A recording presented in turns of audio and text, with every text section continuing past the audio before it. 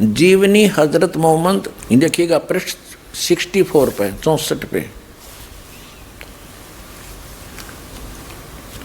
लेकिन ये मुबारक घड़ियाँ और खुशी के दिन जल्द ही ख़त्म हो गए। आप के सब बेटे एक एक करके अल्लाह को प्यारे हो गए।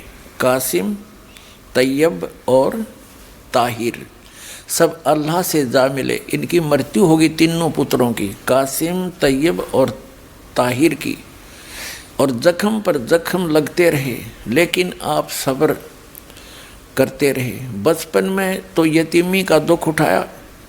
जब हजरत मोहम्मद जी माँ के गर्भ में थे तब तो पिता की मृत्यु हो गई थी। जब ये 5 वर्ष के हुए तो माता की मृत्यु होगी।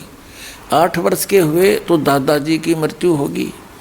एक यानी अनाथ की तरह जीवन व्यतीत किया। फिर 25 वर्ष की उम्र में एक 40 वर्षीय खदीजा नामक स्त्री, जो पहले 2 बार विधवा हो चुकी थी, उससे विवाह हुआ। उसके बाद उस खदीजा जी से इनको 3 पुत्र और 4 पुत्रियां प्राप्त हुई। तीनों पुत्र पिता के सामने मर गए। बताइए कोई भक्ति है? तो पुण्यात्माओं, दास का उद्देश्य है कि आपको सतर्क करके, और पहले जो हमसे गलतियां होगी जिनका कितना भयंकर दंड हम भोग चुके हैं, कम से कम अब सावधान हो जाओ। इस दास के पास वो भक्ति है, आप सत भक्ति करोगे तो ये दुख नहीं हो सकते। बाप से पहले बेटा नहीं मर सकता, ये गारंटीड बात समझ लेना। अगदी नियम में रहोगे ना तो भक्ति की जरूरत ही नहीं है।